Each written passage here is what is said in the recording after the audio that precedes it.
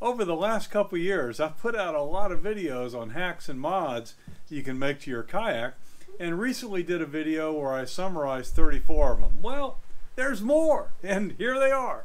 That's what this video is about, and the details on how to do each of these will be down in the description below. Welcome back! If you're new to the channel, we cover kayak modifications, spin, and fly fishing. So poke that subscribe button so you don't miss anything. Let's talk paddle hacks. You can spend a lot of money on paddle gloves, or you can go to the dollar store, buy a pair of these, cut the fingertips off, and now you've got a nice paddle glove. If you don't like using paddle gloves, get some of this tennis racket handle wrap, and you've got a nice grip right there, and your hands are going to stay nice and cool because they're not going to be in a glove in the hot summer heat. And while we're on paddles, if you hate paddle drip, just get a piece of duct tape, attach it here to your paddle, and the water is going to run down and run off the tape, not on you. One final paddle tip is go ahead and paint the paddle itself a bright fluorescent color, and that way you've got some visibility with the power boaters. You can just stick it in your rear rod holders and they'll be able to see you a lot easier. When you've got your anchor trolley deployed, do you find that it knocks against the side of your kayak? Way to fix that, take a little piece of pool noodle, put that between the trolley and your kayak, no more knock. Here's an easy storage hack. Just attach a butt pack to the front of your seat, and now you've got instant access to as much stuff as this will hold. Just take the top off a container, soundproof it on the bottom, and that'll slip right up underneath your seat, and now you have storage. You can put as many bungees as you want on here to hold the stuff down. But there's more. You can use a kitchen drawer organizer to take advantage of additional compartments. I use some duct tape to fill in the gaps between them so my stuff's not going to roll around. Now I can add this to the top, pop it all underneath there, and I'm organized and good to go. Bill Hasty had a great idea that I'm going to show you right now. In addition to having the lid, he wanted more of a lip than is shown right here. So he said, why not just use the whole container? Take the container, snap your lid back on, glue it, and now just cut it however high you want the lip. And you got an even better slide under container. On a pedal kayak, space in front of the seat is at a premium. If you don't like the butt pack idea, go to the dollar store, get one of these little baskets, and it'll fit right between your legs just fine, and you can get it stuff right there. And since it has all these holes, it's going to let the water go right through. Another tackle storage idea? Why not just make a simple L out of PVC, use one of these PVC gear heads, and you can pop this in there, hang a pouch like this one, and now you can move this back and forth when you need it. No one likes fishing in really hot weather. You need to stay cool. I've got a whole playlist on how to stay cool in hot weather, but one of the easiest hacks is to go get a stadium seat, cut out a couple squares that'll fit some of these cheap ice packs, pop the ice pack into the hole, cover it with a towel, and now you've got cool next to the big arteries that run through your crotch. And you can carry plenty of these for all day just by getting one of these dollar store miler bags, sticking them in there, and then pulling them out once they get all used up. Stay cool all day long. Another option, which after using it I don't really recommend, is to get one of these Arc Zone seats that you can either heat up or cool down. The negative is that the insert eventually deforms, and it's only good for about 3 hours, and there's no opportunity to replenish it because you only get one with the seat. Although I can't use this hack myself because it's always too windy, this is a great way to stay out of the sun.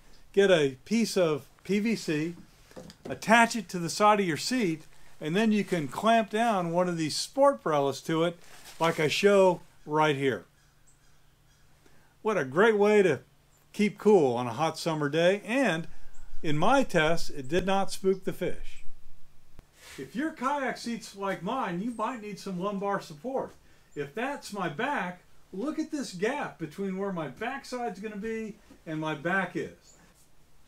Now you can go out and buy a Thermarest pillow for about 40 bucks, or get another one of these stadium seats and cut it down, and then use as many sections as you need to make your back comfortable.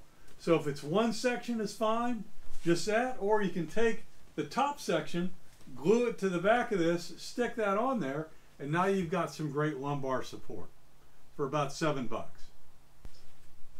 On some kayaks, the seat strap is in an awkward position, and it sometimes will rub on your elbow.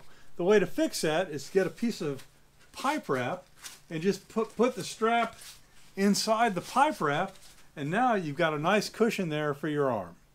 You got to be quiet when you're fishing, and a great way to soundproof the bottom of your boat is to go get one of these 3mm yoga mats from Walmart, and you can see here that I've used it to soundproof my rear compartment where my small tackle box and my bait bucket go, and it really does make a difference. And I've got a great video showing a super example of a great implementation of this from Heath Holland down in the description below. If you use live bait, you're going to end up having to cut it. Don't put cut marks in the side of your kayak. Go to the dollar store, get one of these little small cutting boards, and you're good to go. While we're on bait, you've probably got a bait bucket, and you may not have realized it, but it floats like this, and you really want it to float like that, so there's more water in there to keep all the bait alive. So 2 things I've done. First, I put a heavy weight right here that's going to tip the top down, and the second thing is I've drilled some holes to allow more water flow through the thing to keep the bait alive. If you ever end up needing to use the front of your boat to dump live bait in from a cast net, get a little bottle top, drill some holes in it, and use that to plug your scuppers. You probably have spent maybe $6 to $10 for a pair of braid scissors.